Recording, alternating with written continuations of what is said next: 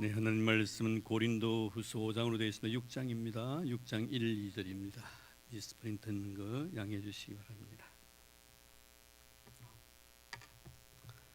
고린도후서 6장 1절에서 2절 두 절만 봉독하겠습니다.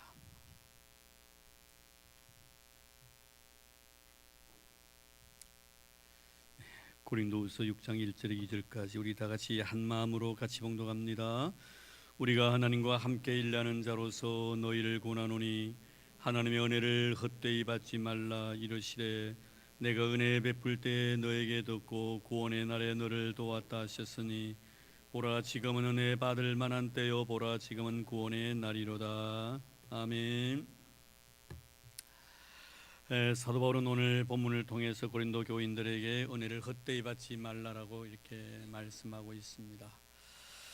우리가 성경의 말씀을 보면 하나님의 은혜를 은혜로 알고 그 은혜를 잘 간직하고 은혜대로 행동함으로 인해서 참 은혜 생활을 한 사람이 있는가 하면은 하나님께 베푸신 그 은혜를 헛되이 받음으로 인해서 그 은혜로 인해서 하나님 앞에 저주받은 그런 인생의 삶을 산 자도 있습니다. 은혜를 은혜로 알고 은혜대로 살아가는 사람에게는 복이 되어지지만 그 은혜를 알지 못하고 헛되이 받는 사람에게는 하나님으로부터 저주를 받는 그런 대표적인 사람이 바로 동시대 인물이었지만 우리가 성경에 보면 다윗과 사울의 관계를 두고 우리는 설명할 수가 있을 것입니다. 다윗 같은 경우는 평생을 은혜 속에 산 사람입니다. 은혜의 의미를 알았고 은혜의 가치를 알았고 왜 하나님 나에게 이런 은혜를 주셨는가에 대한 그 은혜 때문에 감격스러운 인생을 살다 간 사람이죠. 그래서 그 인생이 참으로 복받은 그런 인생이 되었는가 하면은 사울 같은 경우에는 하나님의 은혜를 헛되이 받게 됩니다. 그래서 은혜의 의미도 알지 못하고 받았지만 그 은혜를 잘못 활용함으로 인해서 하나님 앞에 저주받는 그런 인생으로서 인생을 마무리 짓는 그런 모습을 우리는 성경을 통하여 잘 기억하고 있습니다. 그리고 하나님 앞에 버림을 당한 자인가 아니면 하나님의 마음에 합한 자인가의 결론은 바로 하나님의 은혜를 내가 어떤 의미로서 받아들이냐 하는 그런 문제가 아니겠습니까? 우리가 예수님의 12제자 중에서 차라리 세상에 태어나지 아니했더라면 더 좋았을 것을 하고 아쉬움을 남겼던 한 인물 바로 가룟 유다 같은 경우는 하나님의 그 거룩한 은혜를 갖다 헛되이 받았기 때문에 그런 결과가 빚어졌던 것입니다. 결국 하나님의 은혜를 바로 받아들이게 되면 하나님의 은혜 안에서 내가 생활을 살아갈 수가 있지만 하나님의 은혜를 내가 바로 받아들이지 못하고 헛되이 받게 되면 은혜 밖에서 살아갈 수밖에 없다는 거예요. 은혜 아래 살아가는 사람 항상 주님과 생명이 연결되어 있지요. 항상 성령과 동행하며 살아가기 때문에 그의 삶을 통해 풍성한 성령의 열매들이 주렁주렁 맺히게 되고 그런 사람들이 살아가는 삶의 모습을 바라보면 얼마나 향기롭고 얼마나 아름다운지 보고 또 보고 싶고 만나도 또 만나고 싶은 그런 생각을 늘 갖게 해줍니다. 헤어지면 또다시 만나고 싶은 그런 마음을 던져주고 살아가는 영적 아주 매력을 가진 그런 성도가 되시오. 그런 은혜 밖에 살아가는 성도의 삶의 모습을 바라보십시오. 참담하기 거지 없습니다. 열매가 없습니다. 삶의 변화가 없다 이 말입니다. 열매는 인격이거든요. 인격의 변화가 없더라 이 말이에요. 그래서 많은 사람들 해를 끼치고 차라리 나지 아니었더라면 더 좋았을 것이라고 말했던 가룟 유다와 같은 주님을 이용해서 자기의 배를 채우려고 했던 그런 어리석은 일을 범할 수밖에 없다는 것입니다. 그래서 우리가 은혜 안에 살아가는 것이 그토록 행복하고 아름다운 거예요. 그래서 바울 오늘 말씀을 통해서도 은혜를 헛되이 받지 말라는 것은 바로 내가 은혜 받은 자로서 어떻게 살아가야 될 것인가에 대한 삶의 원칙을 말씀한 것입니다. 하나님의 은혜를 헛되이 받지 말라. 그러면 은혜를 받았으면 그 은혜를 어떻게 누리며 살아가야 될 것인가. 바로 이것을 바울은 오늘 말씀하고 있습니다. 근데 먼저 사도 바울은 우리에게 이렇게 말씀하고 있죠. 1절에 보니 우리가 하나님과 함께 일하는 자로서 너희를 권하노니 하나님의 은혜를 헛되이 받지 말라. 은혜를 헛되이 받지 말라. 그럼 은혜는 뭐라는 겁니까? 받는 것이라는 겁니다. 얻어지는 것이 아니라 받는 것이라는, 받는다는 건 누군가에 의해서 주어지는 것을 전제하고 한 말입니다. 누군가에 의해서 주어졌기 때문에 그것이 나에게 받아지는 겁니다. 은혜는 여러분 내가 쟁취하려고 해서 얻어지는 것이 아닙니다. 은혜는 바로 주어지는 것입니다. 바로 은혜는 하나님의 선물 카리스이기 때문에 그런 것입니다. 참 아름답죠. 하나님이 나에게 주신 선물이니까 그 선물이 얼마나 아름답더냐 이 말이에요. 하나님 주신 선물들은, 이 은혜들은요 아름답지 않는 것이 하나도 없습니다. 모든 것들이 선합니다. 버릴 것이 하나도 없는 것입니다. 얼마나 아름다운지. 근데 은혜를 헛되이 받지 말라. 누군가에 의해서 주어지기 때문에 내가 받아들이는 것이 바로 은혜라는 것을 우리는 결코 잊어버려서는 안 됩니다. 이 은혜의 의미를 알아야만이 우리가 하나님과 관계성을 가지고 살아가는 자이거든요. 은혜는 바로 예수 그리스도 말미암아 주어지는 것이기 때문에 우리가 사복음서에 보면은, 특별히 요한복음에 보면은 이런 예수님께서 제자들의 발을 씻기시는 세속식에 대한 내용이 나옵니다. 예수님의 제자들의 발을 갖다가 허리에 수건을 둥이시고 씻어주시고 닦아주십니다. 일일이 해준데 이제 베드로의 차례가 된 거예요. 다른 제자는 아무 말 하지 않는데 베드로가 주님께 제 발을 씻기시렵니까? 라고 합니다. 그랬더니 내가 이 씻기는 것을 지금은 네가 알지 못하지만 이 이후에는 네가 알게 될 것이다. 주님 아니될 말씀입니다. 다른 사람들은 몰라도 제 발만은 절대로 주님 씻을 수 없습니다. 이랬더니 주님께 하신 말씀은 뭡니까? 네가 정말 나에게 발을 내밀어서 내가 너의 발을 씻어주지 아니한다면은, 네가 씻음 받기를 거절한다면은 너와 나는 아무런 관련이 없는 사람일세. 그랬더니 베드로 정신이 번쩍 들었는데, 아유 그러면 주님 내 발뿐만 아니라 내 손각으로 내 머리까지 온몸을 다 씻어 주십시오라고 부탁을 하는 그런 내용의 말씀이 기록이 되어져 있습니다. 정말 그렇습니다. 내가 이렇게 하는 것은 지금은 네가 알지 못하지만 이 이후에는 알게 될 것이다. 그리고 내가 너에게 베푸는 이 은혜를 갖다 네가 거절한다면은 너와 나는 아무런 상관이 없는 사람이야. 이런 그렇습니다. 하나님의 그런 은혜는 주어지는 것이고요. 그 주어지는 것은 아무 거부 없이 받아들여져야만이 은혜를 주는 사람 입장에서 바라보면 고마운 일이에요. 또 받는 내 입장에서 바라보면 감사한 일이 되고요. 정말 이것이 바로 주는 자로서의 고마움과 받아들인 자로서의 감사함, 이것이 어우러질 때 거기에 정말 은혜의 의미가 있다는 것을 여러분 절대로 잊지 마시기를 바랍니다. 은혜 받기 위해서 내 노력 필요 없습니다. 은혜는 주어지는 것이기 때문에 그런 것입니다. 내가 원한다고 내가 정치해서 얻으려고 노력하지 말라는 것입니다. 하나님의 은혜는 그렇게 주어지는 것이 아니라는 것을 말씀해 줍니다. 그래서 은혜를 헛되이 받지 말라라고 했습니다. 이런 중요한 내용 아닙니까? 오늘도 우리 하나님 은혜를 여러분 어떻게 이해하고 계시는지 다시 한번 생각해 볼 필요가 있는 그런 귀한 말씀인 줄 믿습니다. 한 가지 더 여러분들에게 예를 든다면, 정말 우리가 주님께 나에게 주시는 은혜에 대해서 뭐 은혜를 받을 자격이 있니 없니 이런 자격을 논할 문제는 아닙니다. 주시게 또 하셨으면요, 주님께 원하시는 건 뭡니까? 이미 주님께 주시기를 원하시고 작정하셨기 때문에 그것을 아멘으로 감사한 마음으로 받아들이면 된다 이 말이에요. 내가 자격이 있니, 내가 뭐 자격이 없니, 나는 이런 뭐 은혜를 갖다가 받을 만한 그런 능력이 안 되니 되니 이렇게 논할 필요가 없다는 거, 그저 주시면 그대로 받아들인 거예요. 이건 당자의 비유로 봐도 마찬가지 아닙니까? 여러분 당자 보십시오. 아버지가 거기에 베푸시고자 원하시는 은혜가 있습니다. 물론 그는 아버지 앞에 왔을 때 그 하늘과 아버지께 죄를 범했다고 나를 품꾼에 하나로 써달라는 그런 마음을 가지고 아버지에게 가지만, 그 아버지 앞에 가가지고 자신의 잘못을 고백했을 때 아버지는 그대로 그 아들을 인정해 줍니다. 아버지의 마음이 뭡니까? 너는 네 생각 속에서 아버지의 아들이 될 만한 자격이 없다고 생각하는지는 모르지만 그것은 네 생각이지 나는 그렇지 않다는 거예요. 너는 여전히 내 아들이라는 겁니다. 내가 너를 아들로 인정해 줄 테니까 그거 받아달라는 겁니다. 그게 아버지의 기쁨이 있는 것 아니겠습니까 여러분? 끝까지 만약에 당자가요, 아버지께서 그렇게 사랑을 베푸시고 은혜 베푸시는데 거절합니다. 아버지 나 이러면 다시 집에 나갈랍니다. 만약에 그래가 집을 나갔다 생각해 보십시오. 누가 슬퍼하겠습니까 여러분? 아버지에게도 슬픔이고 자식에게도 슬픔이 있는 거예요. 그러나 도저히 받아들일 수 없는 그런 상황이지만 아버지께서 나에게 은혜 베풀어 주시니 그것을 그대로 믿음으로 받아들인 겁니다. 그것이 아버지의 기쁨이니까요. 은혜 받을 만한 자격이 없는 자에게 은혜를 주시는 것은 아버지의 기쁨이에요. 또 받아는 내 자신의 입장에서 생각하면 그건 감사한 조건이고요. 그래서 여러분 그에게 옷을 갈아입히고 목욕을 시키고 가락지를 끼고 신의 발에 신을 신기는 아니겠습니까 여러분? 은혜라는 것은 내 어떤 노력이나 공로에 의해서 주어지는 것이 아니고 그저 하나님이 주시고 싶어서 주시는 것이 바로 은혜이기 때문에 그 은혜를 헛되이 받지 말라는 겁니다.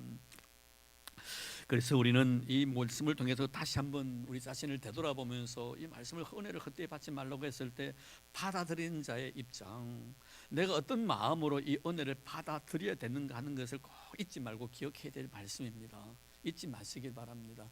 그저 주시는 은혜예요. 받을 자격이 없는 나에게 주시는 은혜예요. 그럼 그 은혜를 받아들이는 내 자신의 마음의 자신은 어떠해야 되는가? 내 마음의 자신은 어떠해야 되는가? 이건 굉장히 중요하지요. 주시는 분이 있고 받아들이는 자가 있습니다. 그럼 주시는 자 입장이나 받아들이는 입장이나 똑같아야 됩니까? 그렇지 않습니다. 주시는 자는 그저 주시지만 받아들이는 입장에서는 뭡니까? 정말 감지덕지 않은 거예요. 당연히 내가 받아들일 그런 자격이 있다라고 생각하면 안 된다 이 말이에요. 받아들일 수 없는, 은혜를 받아들일 수 없는 내 자신이지만 이런 나에게 은혜를 주시니 그래서 감사한 마음으로 그것을 받아들이는 거, 이런 마음이 나에게 필요하다는 거예요. 하나님은 당연합니다. 나에게 은혜 베풀실 자에게 은혜를 베풀어 주시는 거예요. 당연한 겁니다. 그런 것이 당연하다고 해서 내가 당연하게 그것을 받아들여야 됩니까? 그것은 아니지요. 그것은 하나님 앞에 예의가 아닙니다. 그래서 여러분, 하나님은 우리를 향하여 친구라고 말할 수도 있고요, 벗이라고 이야기할 수가 있습니다. 그렇다고 내가 하나님을 향하여서 정말 친구처럼 벗처럼 이렇게 대하면 됩니까? 아닙니다. 하나님은 나에게 대해서 벗이라고 친구라고 말씀할 수 있지만요, 나는 그분은 하나님이에요. 그분은 나의 하나님이에요. 벌없이 굴면 안 된다 이 말씀 아닙니까 여러분? 친구 사이는 어떻습니까? 때는 벌없이 굴 때가 있어요. 근데 하나님 아브라함을 향하여 나의 벗이라고 말씀했을 때 아브라함이 하나님 앞에 마음대로 행동합니까 여러분? 친구처럼 대합니까? 아닙니다. 그럴 수 없어요. 하나님은 나에게 그렇게 할 수 있어요. 그러나 받아들이는 나의 입장은 뭡니까? 이런 겸손한 마음으로 받아들일 필요가 있다는 것을 우리에게 말씀해 주는 내용입니다. 그저 값없이 주시는 은혜입니다. 근데 과연 나는 그 은혜를 받아들일 수 있을 만큼의 대단한 존재인 걸 한번 생각해 보라는 겁니다. 그런 존재가 아님에도 불구하고 하나님께 나에게 그런 은혜를 주셨다면 그 은혜를 바라볼 때마다 그 은혜 때문에 감격스러워야 되지 않겠나? 이것이 뭡니까? 은혜를 헛되이 받지 않는 거다 이 말이에요. 이것이 바로 은혜를 은혜로 여기는 자의 모습이라는 겁니다. 여러분, 은혜 속에는 뭐가 담겨 있는 것입니까? 여러분, 예수의 십자가의 은혜가 그 속에 담겨져 있는 거예요. 바울의 고백입니다. 바울의 신앙은 뭡니까? 예수의 십자가입니다. 십자가와 부활입니다. 이 십자가의 은혜가 그 속에 담겨져 있는 거예요. 나를 갖다가 나에게 은혜 베푸시기 위해서 어느 누군가가 죽어줘야 했다는 이 사실, 이거 깨달아야 된다 이건 말입니다. 이거 알아야 된다 이 말이에요. 나에게 은혜 베푸시기 위하여 참을 보배로우신 우리 주님께 십자가에 피를 내주셨다는 이 사실을 알고 은혜를 받아라 이 말이에요. 네게 은혜 베풀기 위해서 내가 당했던 고난과 아픔이 있다는 것, 그것을 생생내기 위한 것은 아니지만 그저 주신 하나님의 아름다운 은혜, 십자가의 은혜이지만 우리가 받아들일 때는 그 십자가의 아픔과 고통을 내가 알고 받아들이라 이 말이에요. 이것이 바로 바울이 말씀하신 은혜를 헛되이 받지 않는 이런 의미라는 것을 우리는 절대로 놓쳐버려서는 아니 될 것입니다. 그래서 우리는 항상 조금 전에 말씀을 드렸습니다만 그 탕자의 고백 속에서 그런 내용이 담겨져 있지 않습니까? 내가 아버지를 떠남으로 인해서 아버지가 나 때문에 얼마나 마음 아파하셨을까? 얼마나 고난의 세월을 보내셨을까? 내가 세상에 흠뻑 젖어 죄와 더불어서 동고동락하고 있을 때 아버지는 밤에 잠 못 이루지 못하시고 나를 기다려 계셨던 아버지, 그래서 아버지 앞에 갈 때 내가 미안한 겁니다. 그래서 고백하고 싶었던 것입니다. 죄 지었다고, 하늘과 아버지께 죄를 지었으니 나를 품꾼 하나로 써달라고 한 것은 뭡니까? 탕자의 마음이에요. 이런 마음은 우리에게 있어야 됩니다 여러분. 그래 하나님 은혜 주시니까 나는 당연히 받을 만한 자격이 있지, 그런 조건이 나에게 있지, 그거 아닙니다 여러분. 이런 마음 가지고 우리가 은혜를 받아들이면 안 된다 이 말이에요. 우리가 은혜 받을 때는 어떻습니까? 받을 만한 자격이 없는 내 자신에 불구하고 은혜 주심에 대한 고마움과 감격스러움이 그 은혜 속에 담겨져 있을 때 그 은혜를 우리가 헛되이 받지 아니한다는 것 아니겠습니까? 이런 마음으로 우리가 은혜를 받아들인 자의 입장은 바로 이런 마음을 가지고 살아갈 때 하나님이 그런 은혜가 헛되지 않는다는 사실을 우리는 알아야 할 것입니다. 그러고 난 뒤에 또 하나 우리가 생각할 것이 뭡니까? 하나님 나에게 은혜 베푸신 거예요. 그래서 값없이 주신 은혜예요. 그럼 값없이 주셨다 해가지고 아무 가치 없이 얘기란 말입니까? 아닙니다 여러분. 값없이 주셨다는 것은 너무나 가치가 대단한 것이라는 겁니다. 여러분, 우리 주위에 보시면 값없이 주신 것이 얼마나 많습니까? 태양빛 값없이 주신 거예요 여러분. 공기 값없이 주신 거예요. 물 값없이 주신 거예요. 값없이 주셨다는 것은 가치가 없다는 말입니까? 너무나 소중한 것이란 말입니까? 공기 없어 보십시오 여러분. 내가 1시간 1분 1초를 살아갈 수가 있습니까? 태양빛이 없다고 생각해 보십시오. 우리가 이 세상을 살아갈 수가 있겠어요? 쌀 한 톨 먹을 것 같습니까 여러분? 못 먹습니다 여러분. 이런 벼에서 쌀이 한 톨 나오기까지요, 끊임없이요 태양빛이 역사한다는 것 알고 계시지 않습니까? 탄소 동화작용, 정산작용을 통해 가지고 그 녹말 하나가 만들어지는 거예요. 그것이 내 입에 들어오는 겁니다.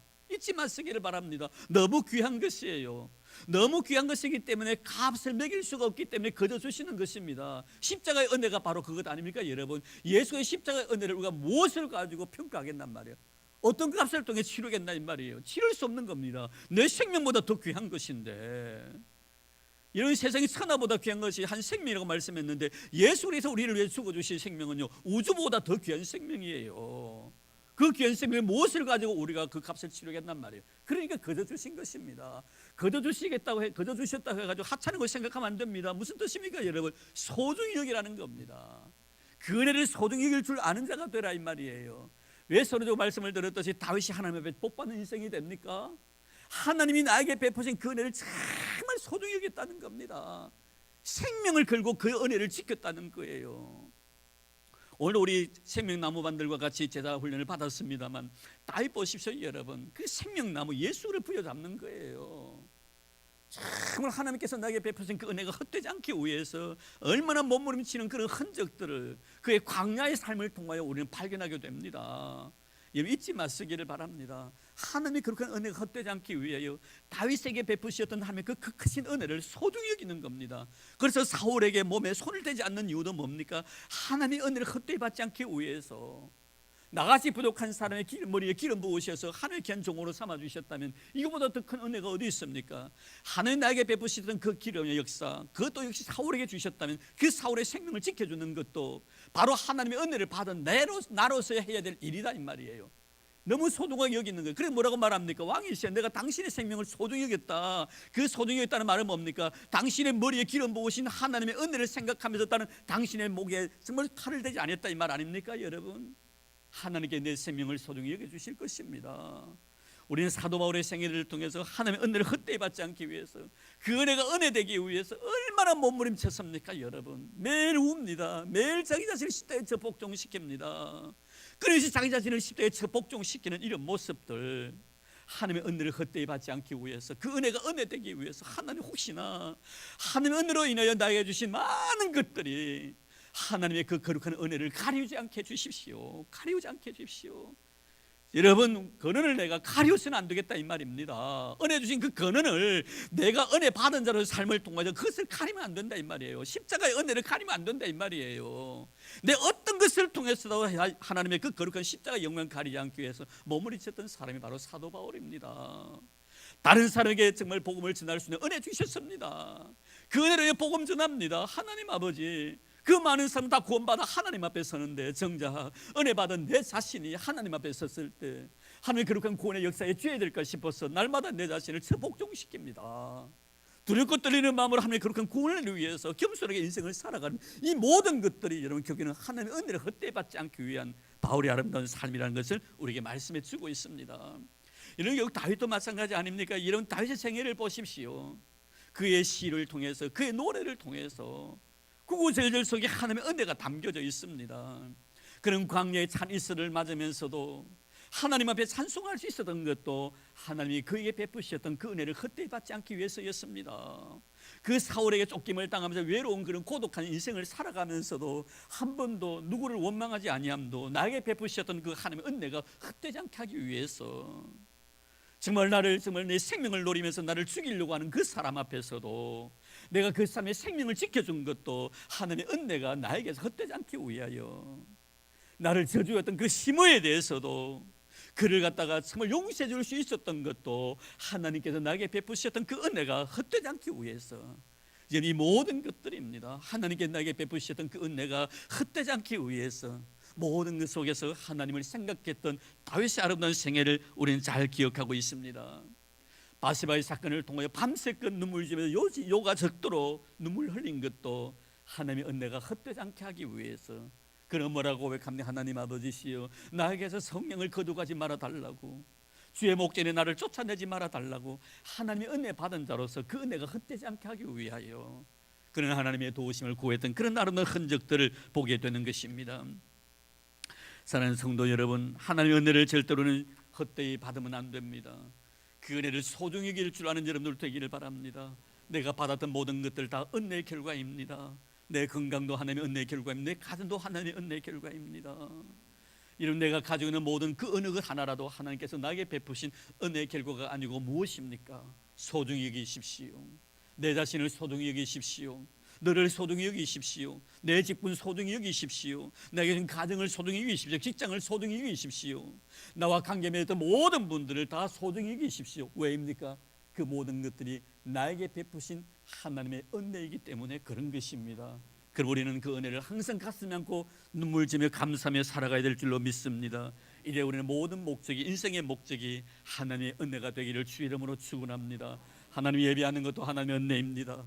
내가 주님 앞에 기도하는 것도 하나님의 은혜입니다. 내가 성령의 봉사하는 것도 하나님의 은혜입니다. 복음 전하면서 살아가는 것도 하나님의 은혜입니다. 어느 것 하나라도 하나님의 은혜가 아닌 것이 없습니다. 내 생애의 모든 목적들이 하나님의 은혜와 연결되어져야 합니다. 그래야만이 하나님의 그 은혜가 여러분의 삶을 통하여 헛되지 아니할 줄로 믿습니다. 그런데 사도 바울은 우리에게 말씀합니다. 이 은혜 받을 때 지금이라고 말씀합니다. 때에 대한 이야기를 합니다. 그렇습니다. 때의 시간은 두 가지가 있죠. 하나는 인간의 시간이고 하나는 하나님의 시간입니다. 여기서 말하는 은혜의 때, 보라 지금은 은혜 받을 때요, 보라 지금은 구원의 날이로다. 지금 이때를 말합니다. 카이로스입니다. 하나님의 시간을 말하는 것입니다. 크로노스가 아닙니다. 우리가 차고 있는 이 시계의 시간을 말하는 것이 아니라 하나님의 시간입니다. 하나님의 시간입니다. 하루를 천년같이, 천년을 하루같이 여기는 하나님의 시간입니다. 영혼 속에서의 시간입니다. 하나님은 오늘도 우리에게 말씀해 주고 있습니다. 그 어느 모녀 모시가 아니라 지금 이 시간, 하나님의 때에 은혜 받을 때라고, 구원의 날이라고, 이 시간 놓치지 말라고, 이 시간에 은혜 받으라고. 은혜라는 것은 영원히 나에게 주어지는 것이 아니기 때문에 우리 인생의 시간은 정해져 있습니다. 그러나 하나님의 시간은 영원한 것입니다.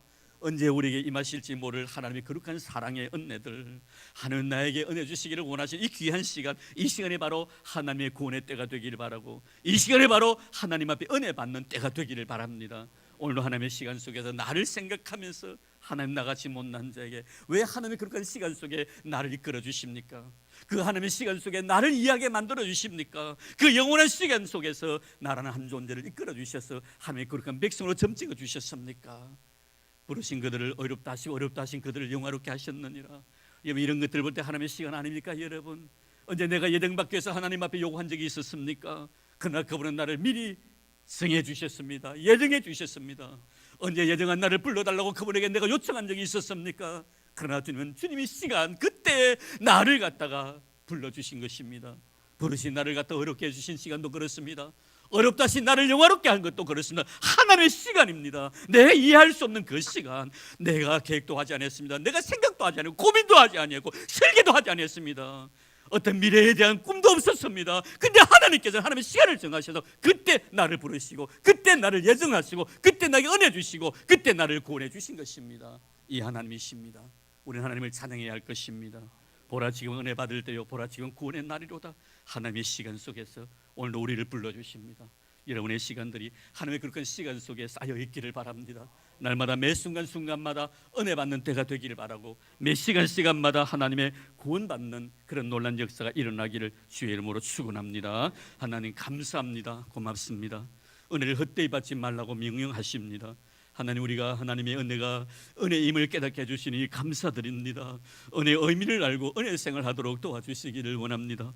값없이 주신 은혜입니다. 그저 받으라고 말씀하십니다. 거부하지 않겠습니다. 하나님 아버지, 받아들이면서 마음속에 감격 어린 마음으로 받아들일 것입니다. 고마운 마음으로 그 은혜를 받아들일 것입니다. 그리고 그 은혜 때문에 날마다 감격해하며 살아갈 것이옵니다. 하나님 주신 은혜이기에 모든 자들을 아름답게 바라보며 살아갈 것입니다. 모든 자가 은혜이고 모든 자가 나에게 주신 선물이기 때문이옵니다. 교회를 바라볼 때도, 가정을 바라볼 때도, 자녀를 바라볼 때도, 성도들을 대할 때도, 이 세상에 어떤 것을 대할지라도 하나님의 은혜 눈으로 바라보는 저희를 되도록 축복해 주시옵소서. 이 시간이 바로 주여 은혜 받을 때가 되기를 원합니다. 이 시간이 바로 구원의 날이 되기를 원합니다. 하나님의 시간 속에 우리를 포함시켜 주신 것 감사드리옵니다. 영원한 시간 속에 나 하나를 생각하게 해주신 우리 하나님 감사합니다. 하나님 앞에 영광 돌리는 삶이 되게 하여 주시옵소서. 우리를 부르시고 하나님의 자녀 삼아주신 하나님의 그 거룩한 은혜를 감사드리오며 예수님 이름으로 기도드립니다. 아멘. 네, 이 시간에 우리 6개월 식구들 나와서 특별 찬송해 주시겠습니다.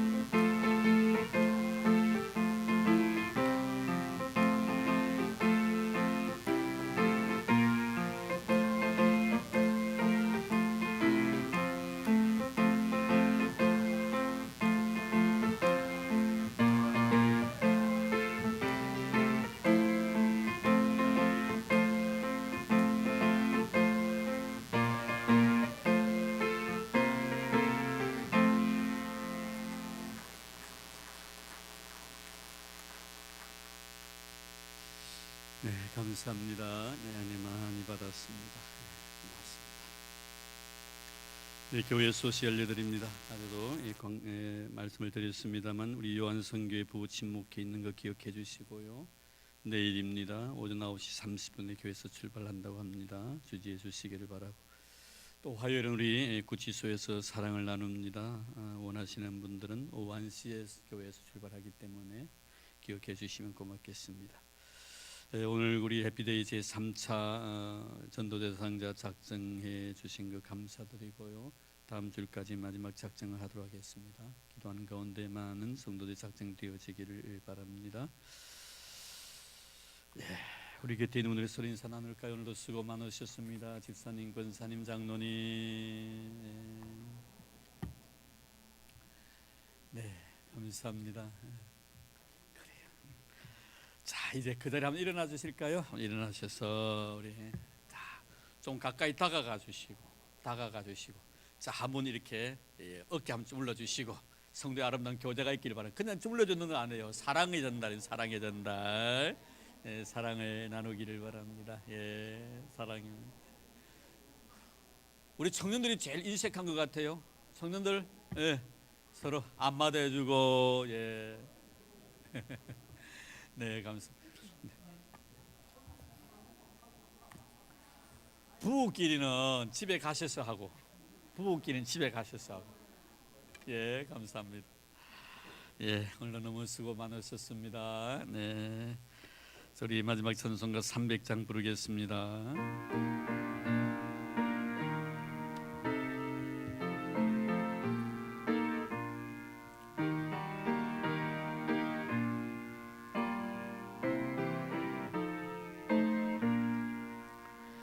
내 맘이 낙심되며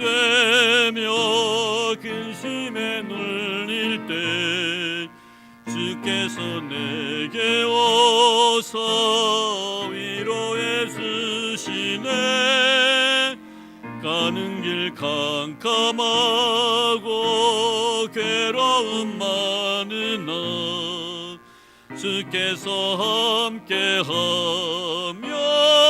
내 짐을 지시네. 그네가 내게 족하네. 그네가 족하네. 이 괴로운 세상 지날 때 그네가 족하네. 희망이 사라지고 친구 날 버릴 때 주내게 속삭이며 새 희망 주시네. 싸움이 맹렬하여 두려워 떨 때에 승리의 왕이 되신 주 음성 들리네. 그네가 내게 족하네. 그네가 족하네. 이 괴로운 세상 지날 때 그네가 족하네.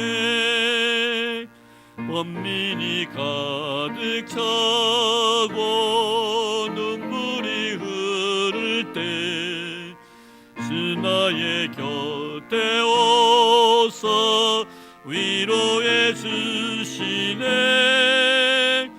환난이 닥쳐와서 어려움 당할 때 주님의 능력이 원수를 이기네. 그네가 내게 족하네. 그네가 족하네.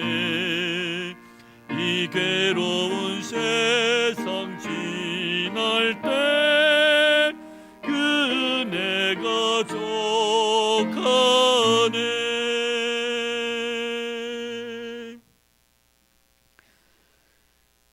이제는 우리 주 예수 그리스도의 은혜와 하나님 아버지의 지극하신 사랑하심과 성령님의 교통하심과 위로하심과 축복하심과 감동, 감화, 은혜의 역사가 오늘도 주 앞에 나와 겸손한 마음으로 온종일 주와 교회를 믿음으로 섬기고 이 복되고 아름다운 자리, 주님 주신 영광의 자리임을 믿고 하나님 앞에 거룩한 제물로 내 자신을 바치며 주님 주신 거룩한 사랑의 감격스러운 마음으로 이 세상 속에서 하나님의 거룩한 복음의 선봉장에서 빛을 발하기를 원하는 사랑하는 우리 모든 성도들 머리 위에와 그리고 우리 교회 위에 이제부터 영원토록 함께 하시기를 간절히 축원하옵나이다.